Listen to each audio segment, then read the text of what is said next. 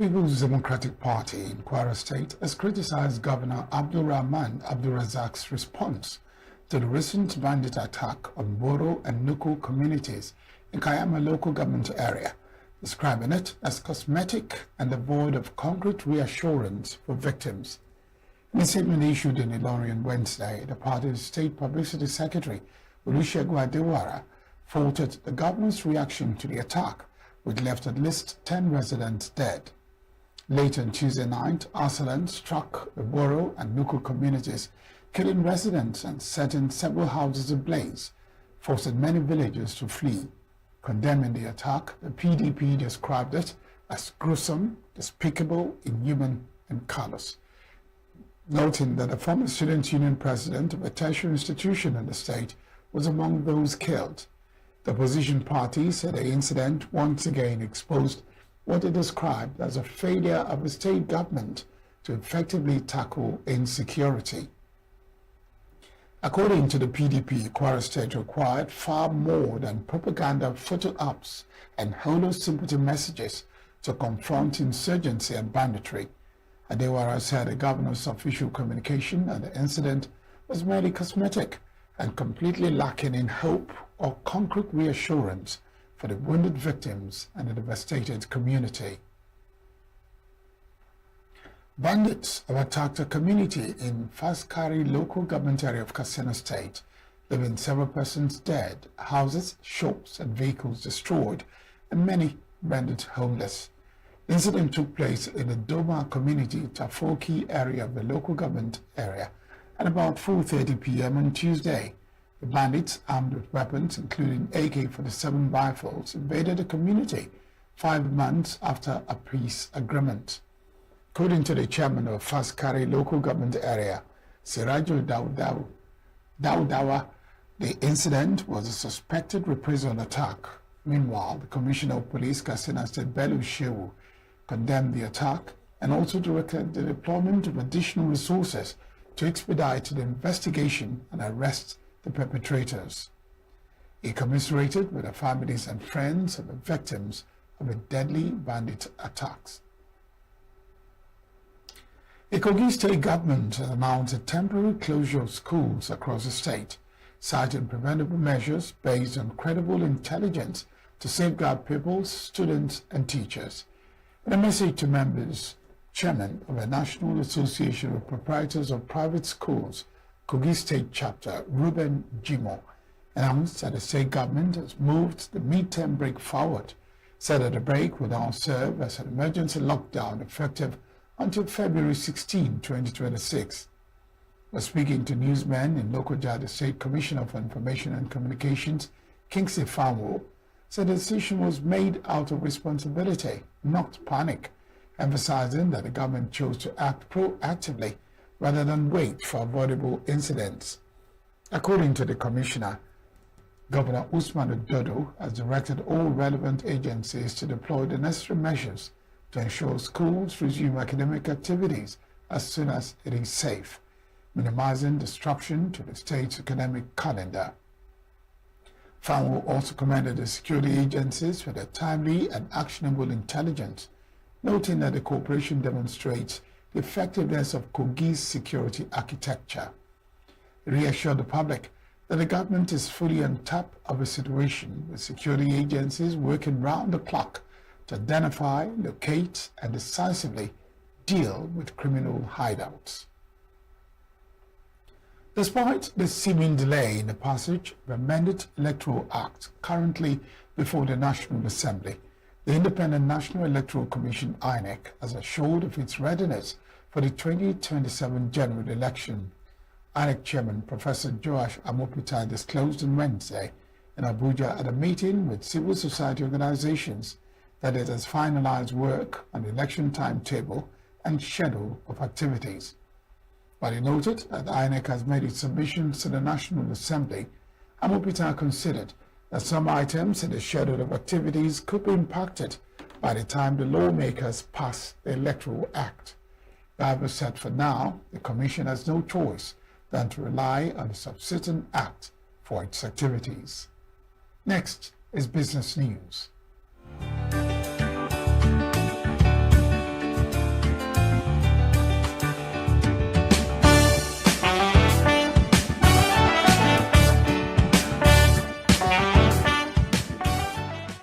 The Nigerian Stock Exchange closed Tuesday, February 3rd, 2026, on a mixed note as trading activity showed divergent trends. A total of 736.14 million shares worth 24.37 billion naira were exchanged in 45,994 deals, reflecting a 3% decline in volume, a 32% surge in turnover, and a 17% drop in deals compared with Monday's session. Market capitalization rose to 106.5 trillion naira. Overall, 132 equities participated in trading, with 35 gainers and 34 losers, indicating a broadly balanced market. Industrial and medical gases led the gainers with 10% share price appreciation, closing at 34 naira 65 kobo per share from an opening price at 31 naira 50 kobo per share, followed by Union Deconsult, which gained with 10% to close at 9 naira 90 kobo per share, while Austin and Last Company surged with 10% to close at 4 naira 7 kobo per share, and RT Briscoe ended Tuesday's trading session with 9.95% to close at 9 naira 50 kobo per share. On the losing sign, Cortex came out last with an end-of-day price depreciation of 10% at 3 naira 15 kobo per share from an opening price at 3 naira 50 kobo per share, followed by Omatech Ventures, which declined with 10% to close at 2 naira 70 kobo per share. Meanwhile, the benchmark Nigerian Exchange All-Share Index increased with 519.93 points to close at 165,901.57.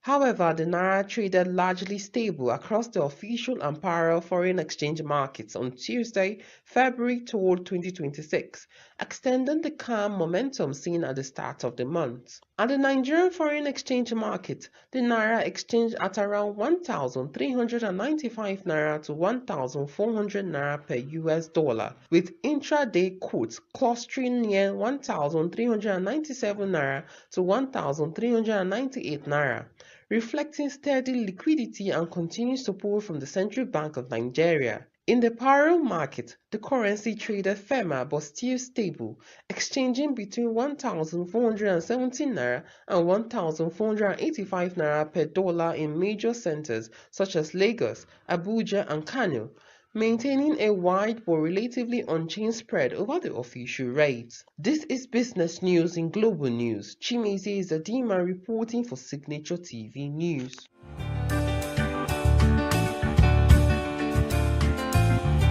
Up ahead, international news.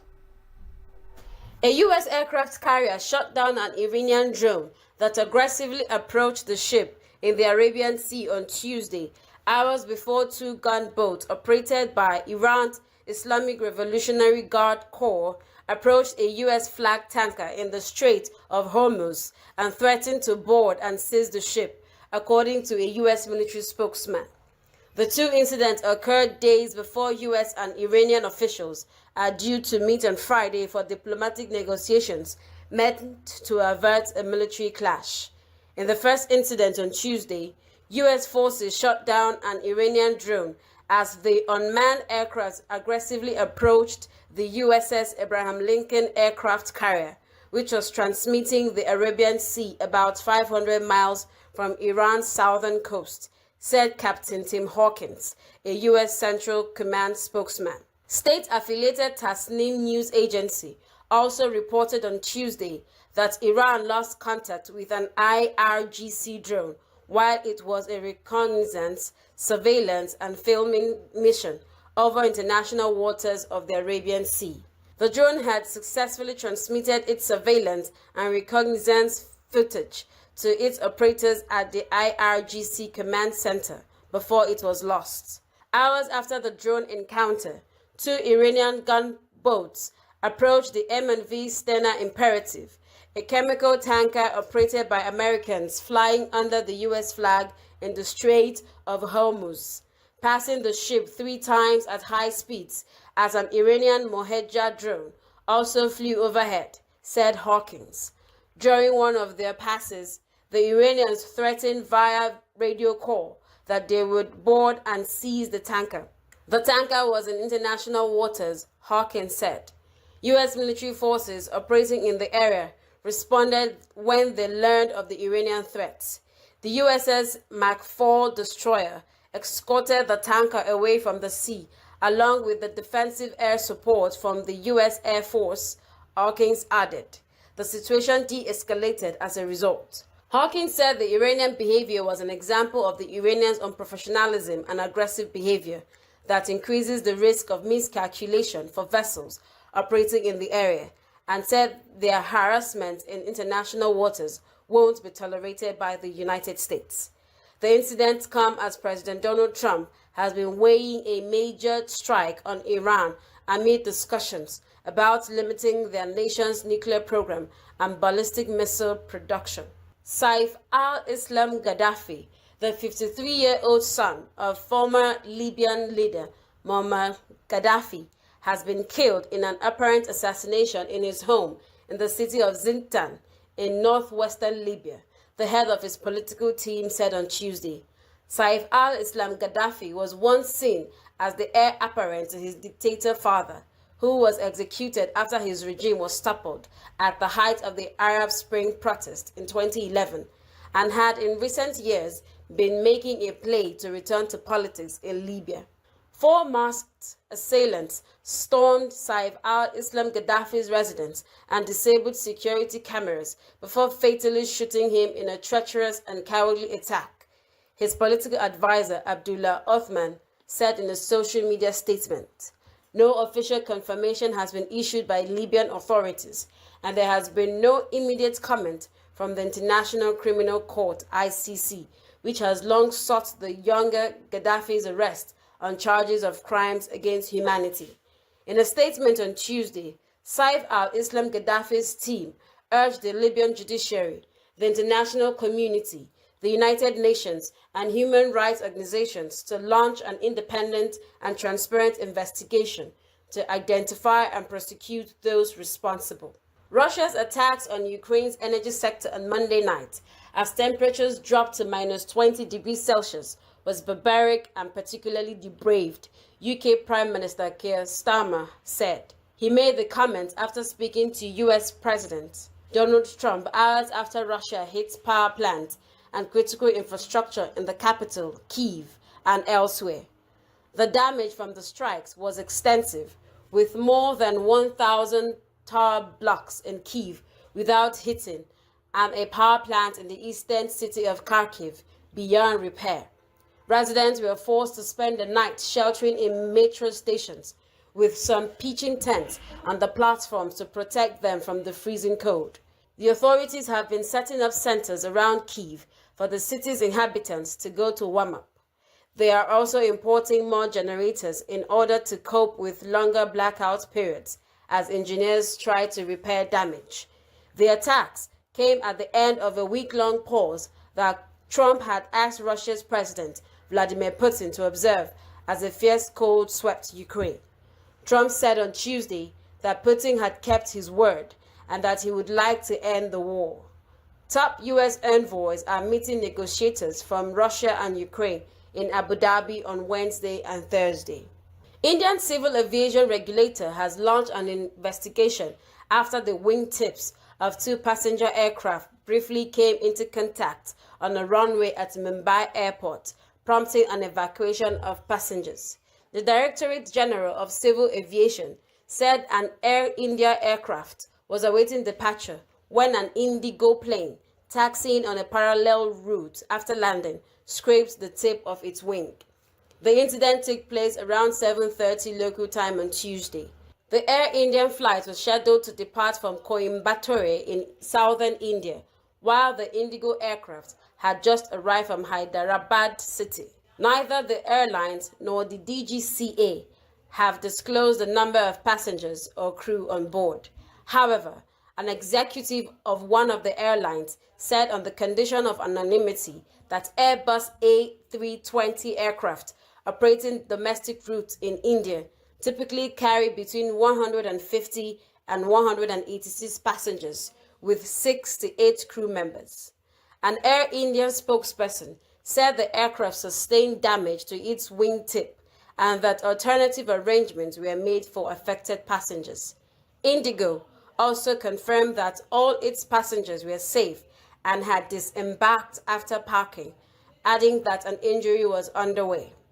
The incident comes amid heightened scrutiny of aviation safety in India, following a series of technical and ground handling issues. After plotting, stalking, and lying in wait for the right moment to shoot and kill the then former President Donald Trump, the man who set up a sniper's nest on the edge of Trump's West Palm Beach golf course in Florida and was thwarted by a Secret Service agent will be sentenced on Wednesday. Ryan Routh was convicted of 5 counts in September after a disastrous attempt to represent himself at trial, while he was constantly reprimanded by the federal judge presiding, Eileen Cannon.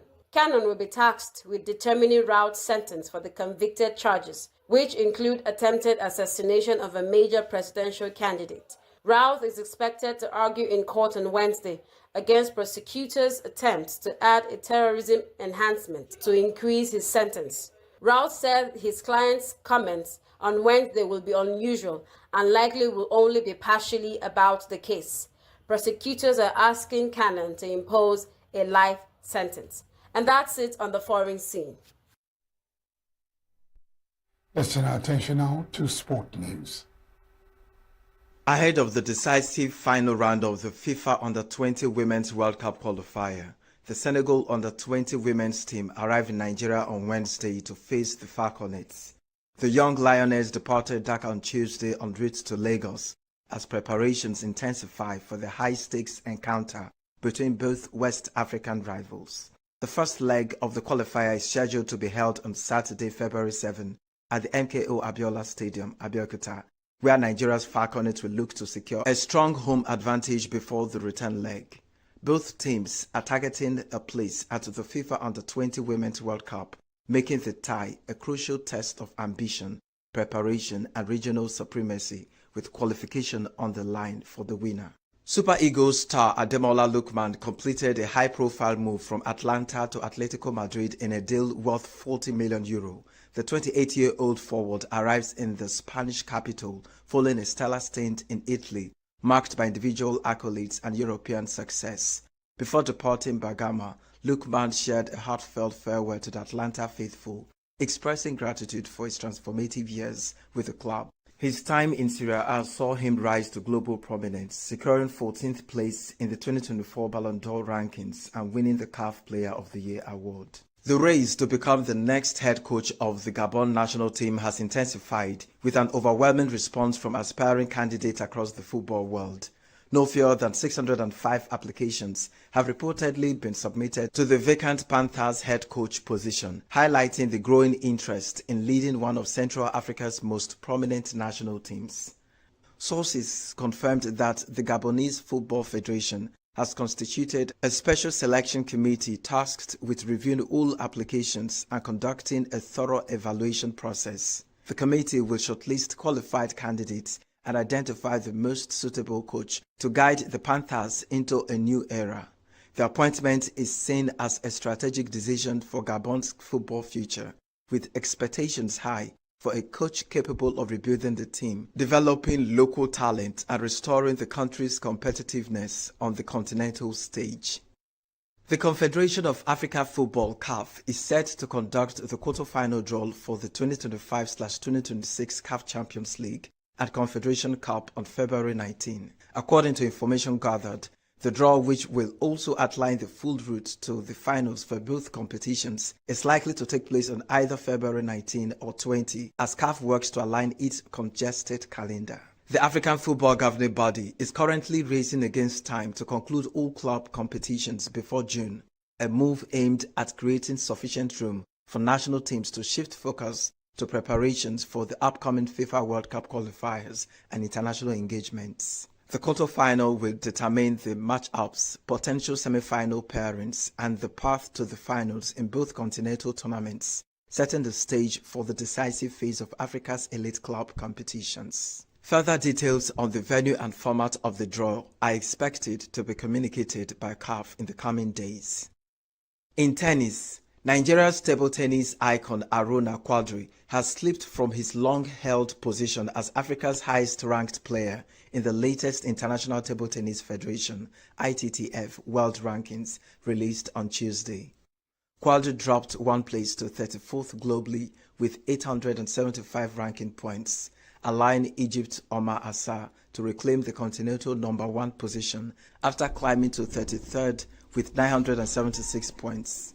The change marks another chapter in one of African table tennis' most enduring rivalries, with Quadri and Assar having dominated the men's game on the continent for close to a decade.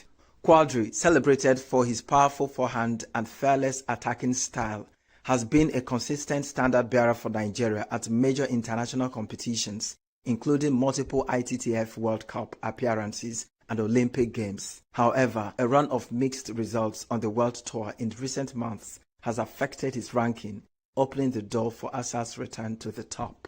In cricket, defending champion Australia are out of the ICC Under-19 World Cup 2026 after a 27-run defeat against arch-rivals England in the high-voltage semi-final at the Queen's Sport Club in Bulawayo on Tuesday. Australia's keeper Oliver Pick's fighting 100 went in vain as the team chased a competitive target of 278 runs. This is the third time England has qualified for the Under-19 World Cup final after 2022 runners-up and 1998 winners. Australia, who are the defending champions, were bundled out for 250 runs in 47.3 overs as they fell short of the target. 40 needed for Australia, 42 overs left. How do you think? Well, that's through, and this outfield is lightning. That will race away to the boundary. Again, there's that short ball. And certainly an intention. I think for Hogan, at this point, he's probably going to be thinking. Caught. Ben Dawkins at mid-wicket takes a sharp catch. That's Sports News on Signature TV. I am Christopher Lely. Let's now join Queenette Wokonta for entertainment news. Nigerian singer Chidozie God's Favor Ugochinyere, popularly known as Fave, has raised concerns over an alleged directive discouraging artists from organizing shows in Nigeria during the Islamic Ramadan period. The Baby Rhythm Corona revealed that plans to host a birthday concert on March 13 have been hit by major setbacks because the date coincides with Ramadan, a period during which music concerts are reportedly being restricted. In a follow-up post, Faith disclosed that several promoters have repeatedly turned down her proposed show solely because it falls within the Ramadan season. Expressing her frustration, the singer questioned why Ramadan should affect her career or business, noting that she is Christian and had little awareness of Ramadan practices until her late teenage years. Veteran Nigerian comic actor Wale Akorede, popularly known as Okunu, has called out popular marketers Olaska Films over an unpaid job. Speaking in a recent interview, the actor stated that he hasn't forgiven Olaska for his refusal to pay for a movie he produced for him some years ago. Narrating the incident, Okunu, who tagged the unpaid money his sweat, noted that he didn't get a dime from the money made from the movie he produced, directed and played lead roles. Nollywood actress Tonto DK has sparked widespread reactions online after sharing a video of her son, King Andre, reuniting with his father, Olakunle, following a long period of strained relations. The video posted on her verified Instagram page captured a quiet, emotional moment between father and son in what appeared to be an office setting. Though no words were audible, their body language suggested a heartfelt reconnection that resonated with viewers. Social media users described the clip as heartwarming, with many emphasizing the importance of a father's presence in a child's life and praising the maturity involved in supporting healthy co-parenting. DK accompanied the video with a reflective message centered on faith, healing and restoration, which many followers viewed as a continuation of her recent public statement about reconciliation and personal growth. The post has continued to draw strong engagement, fueling conversations around forgiveness, healing, and co-parenting in the public eye. Lagos State Governor Babajide Sanwo-Olu on Wednesday hosted popular American streamer and internet personality Kai Cenat at the Lagos House Marina. The visit was disclosed by the governor's senior special assistant on new media, Jubril A. Gawat, in a post on X. According to Gawat, Cenat, who is on his second visit to Lagos, paid the governor a courtesy visit and spoke about his experiences during his stay in the state. Kai Cenat, one of the world's most followed streamers, is best known for his live stream content on platforms such as Twitch and YouTube, where he enjoys a massive global following, especially among young people. Officials of the Lagos State government did not provide further details about Cenat's itinerary or planned engagements. His visit comes just weeks after fellow American streamer IShowSpeed toured Lagos, attracting large crowds and significant attention on social media. And that's the entertainment news. Queeneth Mokonta, Signaturetv News. That's the news this hour. I am Barry Kumo Ado. Thank you very much for watching.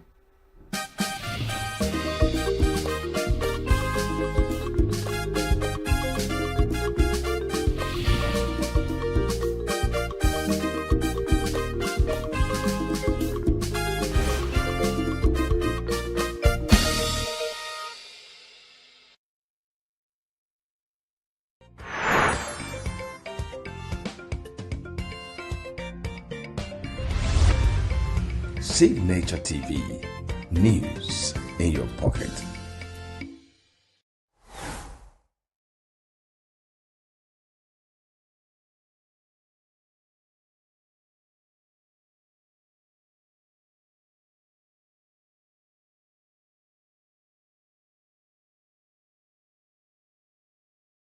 We come from a place of values, a place where hard work and discipline is taught early. We were taught that excellence is intentional so that we stand firm, build and do our work well, rooted in the knowledge of our origins and the strength of our people. Our stories are shaped by resilience, our paths are built on consistency. From the hands that create with precision, skills live here, creativity thrives here, excellence is practiced here, where every detail matters. We tell our stories with clarity and share our truths with confidence.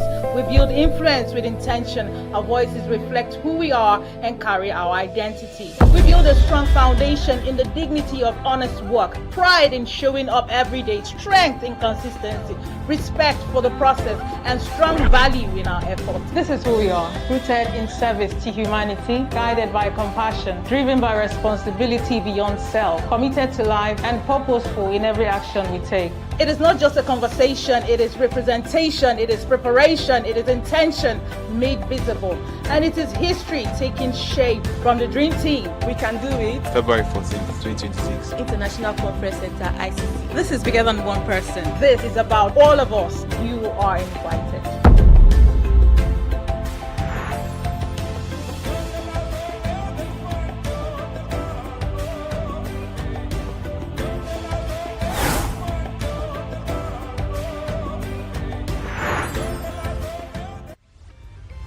Signaturetv, news in your pocket.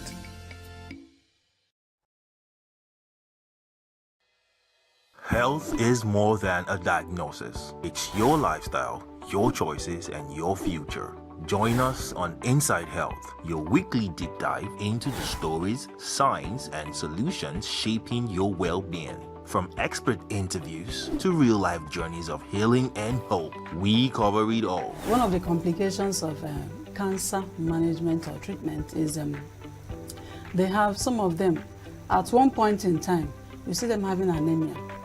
Okay, so you see them at times being transfused. But at the same time, you come in with a diet. Nutrition, mental health, innovations in medicine, fitness, and everyday wellness. Whether you're managing a condition, staying informed, or just living your best life, Inside Health is your trusted guide. I'm Signaturetv, and I'll be with you every week on Inside Health, only on Signaturetv.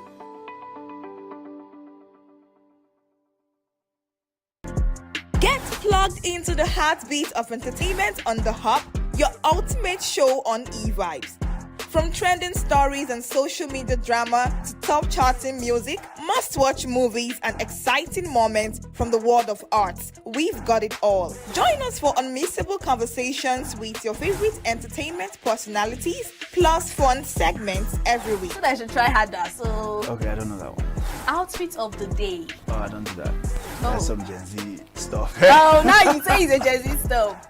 It's everything you love about entertainment, served fresh every week at 1 p.m. with weekend repeats just in case you missed it. The Hub's on e-vibes, where the vibes never stop. Only on Signaturetv.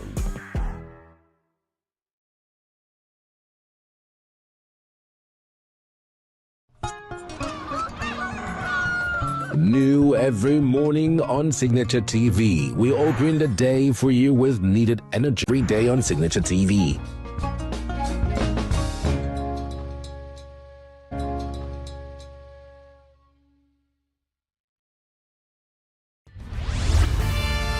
We are local.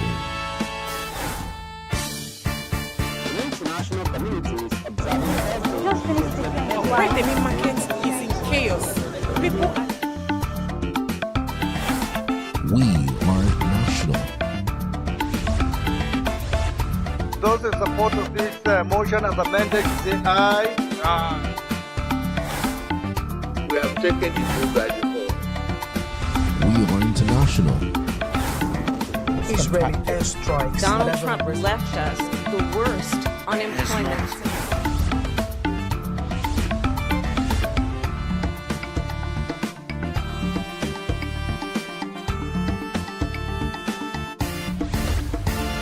Signaturetv, news in your pocket. Get plugged into the heartbeat of entertainment on The Hub, your ultimate show on e-vibes. From trending stories and social media drama to top charting music, must-watch movies and